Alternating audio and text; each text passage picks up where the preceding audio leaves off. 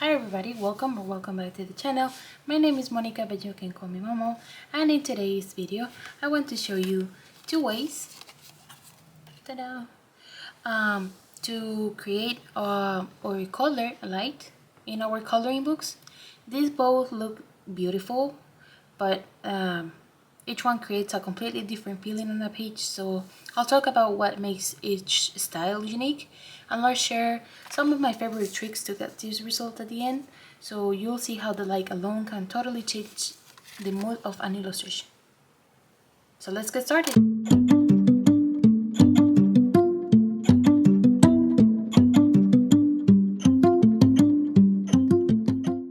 If you've been following the channel for some time, you will notice or already know I love playing with light and texture in my coloring pages. I feel like they bring so much life and emotions, and every time I experiment with light, I always discovered something new. I'm not a mixed media girly, I just love my color pencils, but I also love seeing how far I can push them and how much glow or drama I can get using just pencils. The little illustration I'm using comes from this book, and this is Tiny Magical Illustrations, a practice coloring book by Rita Prince. And this is the page where I found the little drawing, and I thought it was just perfect for this occasion. Perfect amount of elements and background, so we can just focus on the light effect. And I printed out 2 copies of the same little vignette so we can see both versions side by side and see the differences between them. Okay, I'm going to start with the first light, and this is the one I call the dreamy light. And all the tips or things I'm gonna say in this video are based on my experience. So the main characteristic of this light is that it really interacts with the background, and it really exists on the background.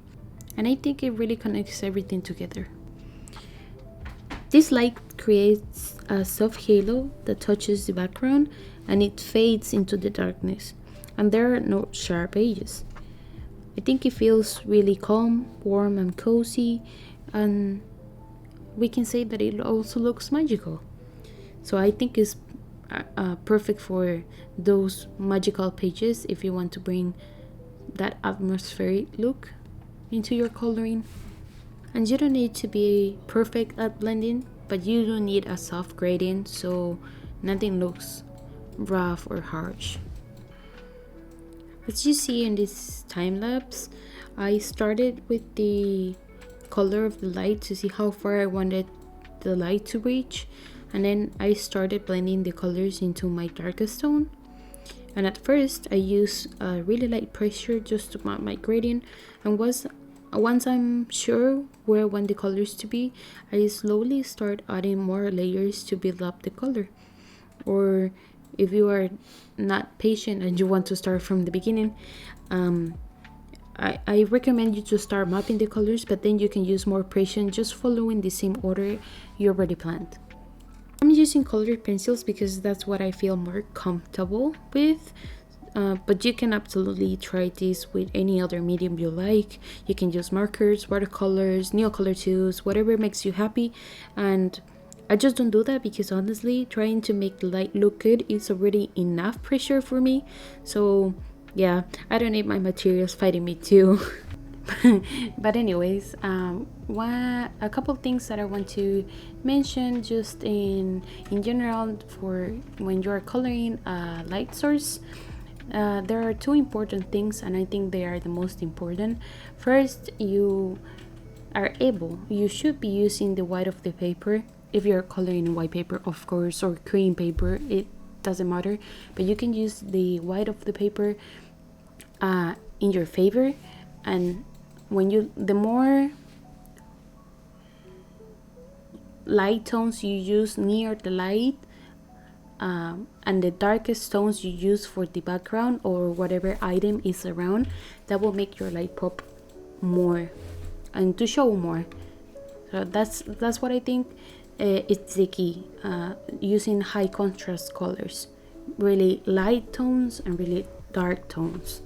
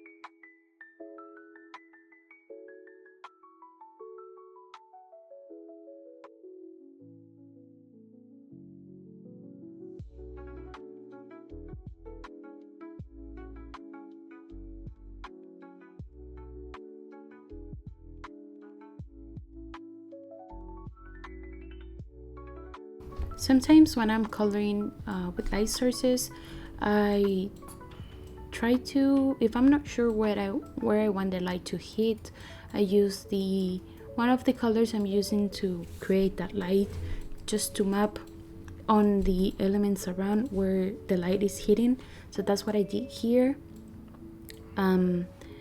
just with a light pressure, because I don't want to saturate the page, and I don't know if I'm going to change the colors in the future, but at least it's a good way to start, to give me an idea.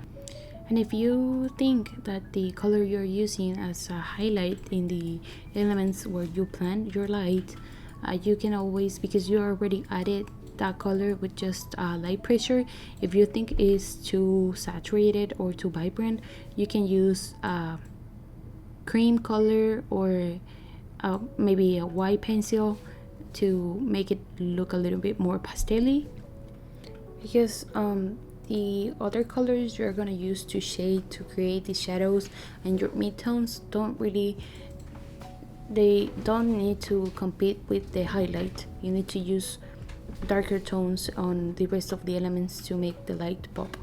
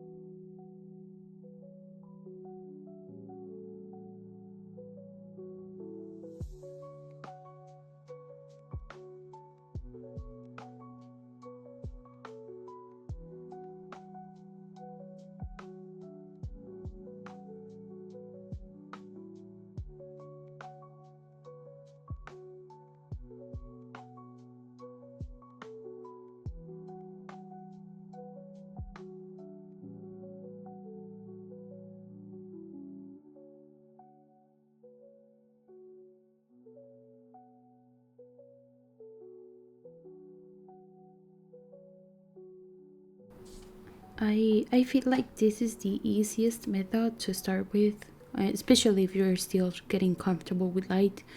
It doesn't need much planning or a super smooth blending. So you just let the colors blend together softly into each other, and it's really very forgiving. So even if your grading isn't perfect, it is still looks soft and dreamy. And for me, I think this technique really helps to understand how light works and how it connects everything in the picture.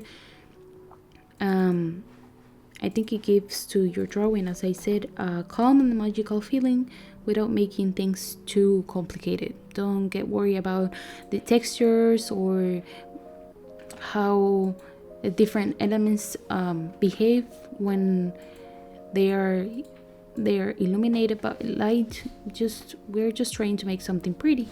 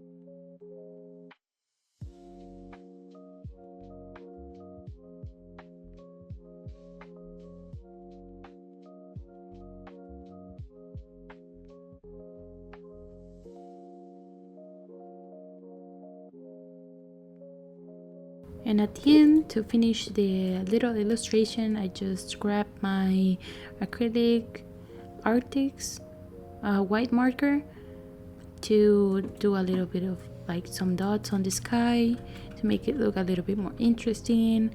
And this is the final result, creating a soft, nice, blended, smooth, dreamy light. I'm gonna start with the one that I call the dramatic light or realistic light, and this one, it just really interacts with the elements around and how the light is showing, and it doesn't really touch the background. And here I have the grayscale version of that image because I wanted to explain you something first. I want to show you something that I really like to do, at least mentally, whenever I'm starting to plan how I'm gonna color a light on a page. It's not something that you have to do every time, but it helps me figure out where my highlights and shadows should go. I like to imagine the drawing in black and white. I think I mentioned it before, but it's like a quick grayscale version. It's just a way to see the values of my colors, which areas would be bright and which ones stay dark, and where the strongest light should hit. You don't have to make the separate version like this one when you're coloring in your books. Of course, we only have one version, but it's more like training your eyes to see how the light is distributed. Once you understand the values, the colors make much more sense. Thinking in values doesn't have to be technical, it's just imagine how the light touches everything. What's closer to the light, what stays in the shadow. Not every object needs a highlight. The only highlight should be where the light actually reaches. The rest can stay dark or mid-tone, and that's totally fine. In fact, leaving areas without highlights makes the illuminated parts shine even more, and the contrast is what creates the sense of light in a way. Sometimes I've learned from experimenting with light, and highlights shouldn't be everywhere, because that's what I used to do. But when you're working with a defined light source, the light should only touch certain areas, and at first it might look a little bit flat, but once the page comes together, that's when the depth of the illustration starts showing up. I started this illustration using an alcohol marker just for the background to save some more time, and also to avoid using colored pencil for such a big space in the illustration. I think there was no point, and I just want to demonstrate what I'm trying to explain. So yeah, there was no point. And in this version, as I mentioned before, the light doesn't really interact with the background. It only shows through what it touches and how dark the areas around it are. But still, we're going to create a small halo of light. We are aiming for almost a realistic kind of light, and in real life, lights, and it can be from particles or the density of the air, always create a subtle visible halo around the objects that are creating that light. So it doesn't have to always be something like a lantern, like in this case. Both of these lighting effects or well styles can be used in any object you want to make glow or turn into a light source. Now, I think this one is a little bit more challenging because here the light doesn't blend naturally into the background. You have to create the contrast and make the glow believable at the same time. I think it takes more control with how you apply your colors and how you keep your edges soft while still making the light stand out. You also have to pay attention to how the shadows and highlights interact since the background isn't helping the light this time. But once you get it right, the effect looks really striking and realistic, and I still need to work in that.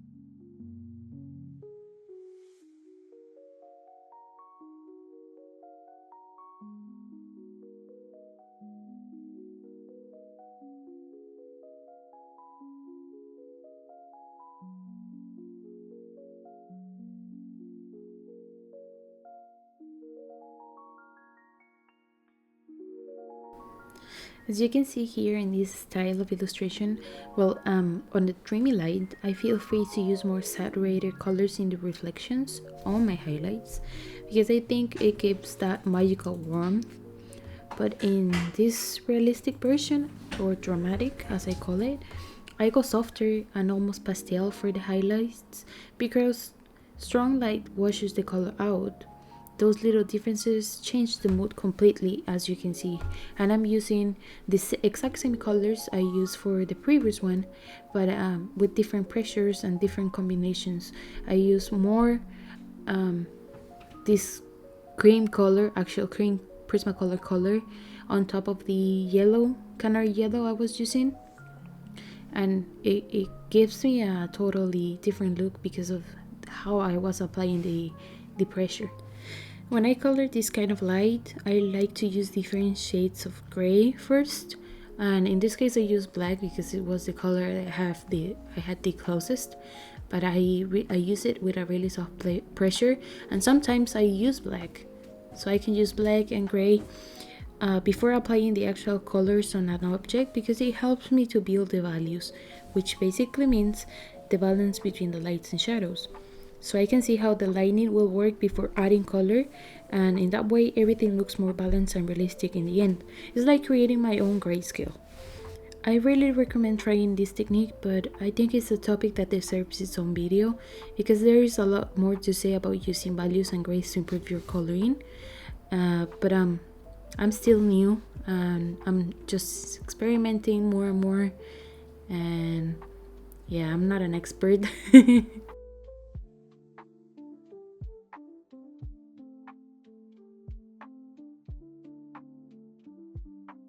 I don't know if you noticed, but I changed my colors for the color combination of the leaves on this illustration because I was looking for darker tones in green, and I thought my Darwin Chroma floats have the darkest tones for in greens that on the pencils I own, so that's why I changed it.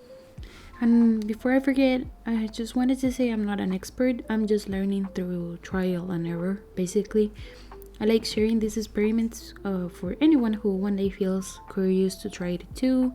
And I just think playing with light in coloring books can be sometimes a little bit exhausting, especially in very detailed pages, but it's so worth it in the end.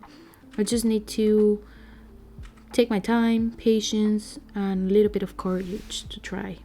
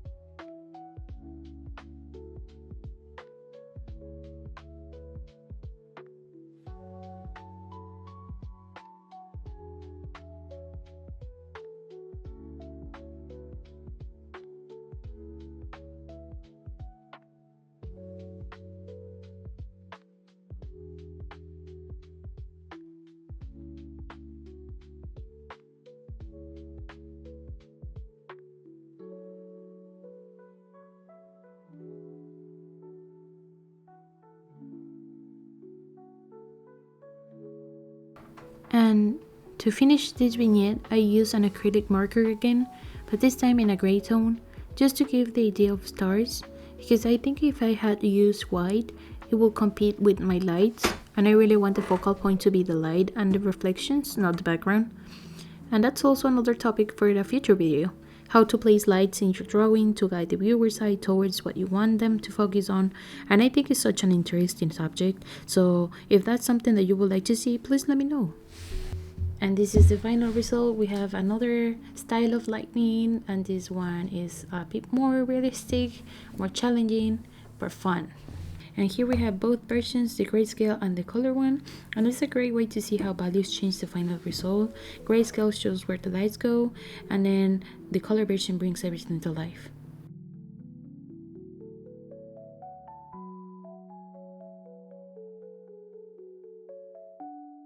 Seeing them side by side is my favorite part. I think the dreamy light feels more soft and alive. It blends with the background and it really feels more magical. And then the dramatic one feels a little bit more realistic and intense and bold, and the lights stand out by its own. And I think both are beautiful in their own way, and it all depends on the look that you're going for on your coloring pages. So I hope that this video inspires you to play with your light in your own coloring books. Take your time, be patient. I'm still learning, and I've been coloring with this style for trying to color light sources for a long time. So yeah, it's not easy, but just be patient and enjoy your coloring. We color because it makes us happy, and it doesn't need to be perfect at the first time. Yeah, I just wanted to say that, and thank you so much everybody for watching. Please let me know in the comments which one is your favorite one, which style you like the most that you would like to try. For me, I think at the moment, because it might change, I really like the dramatic look on that I'm trying to achieve on my pages, because it's not perfect, and I think it will never be. And yeah, just I hope you have fun experimenting and letting your pencils or your mediums, whatever medium you feel like using, to make the magic. Take care everybody. Bye bye.